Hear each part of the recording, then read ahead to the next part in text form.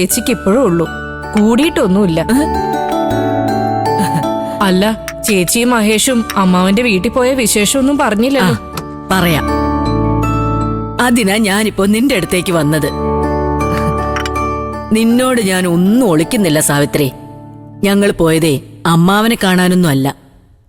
പിന്നെ ഞങ്ങൾ പോയതേ രാഹുലിന്റെ വീട്ടിലേക്കാ. രാഹുലിന്റെ വീട്ടിലോ? അതെന്തിനാ?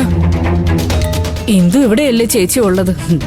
അതെ, കല്യാണം കഴിഞ്ഞ പെണ്ണ് ഭർത്താവിന്റെ വീട്ടിലല്ലേ സാവിത്രി കഴിയേണ്ടത്.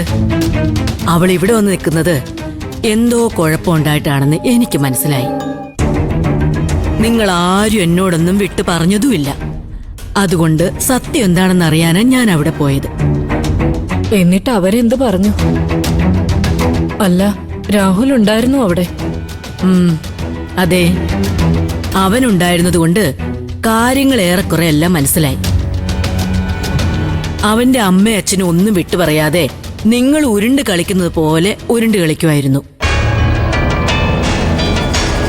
അല്ല, ഇത്തരം കാര്യങ്ങള് എല്ലാവരും മറ്റുള്ളവരിൽ നിന്ന് മറച്ചു വെക്കാനേ ശ്രമിക്കൂ.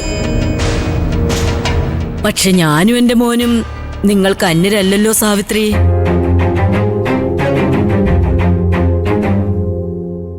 നിങ്ങൾ വന്നു കയറിയ ഉടനെ എന്റെ മോള് ഭർത്താവിനെ പിരിഞ്ഞിരിക്കുകയാണെന്ന് എനിക്ക് പറയാൻ പറ്റുമോ ചേച്ചി?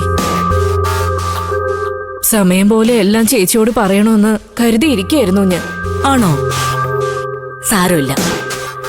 അവിടെ പോയതുകൊണ്ട് ഇന്ദുമോള് വീട്ടിൽ വന്നിരിക്കുന്നത് അവരുടെ കുഴപ്പം കൊണ്ടാണെന്ന് എനിക്ക് മനസ്സിലായി.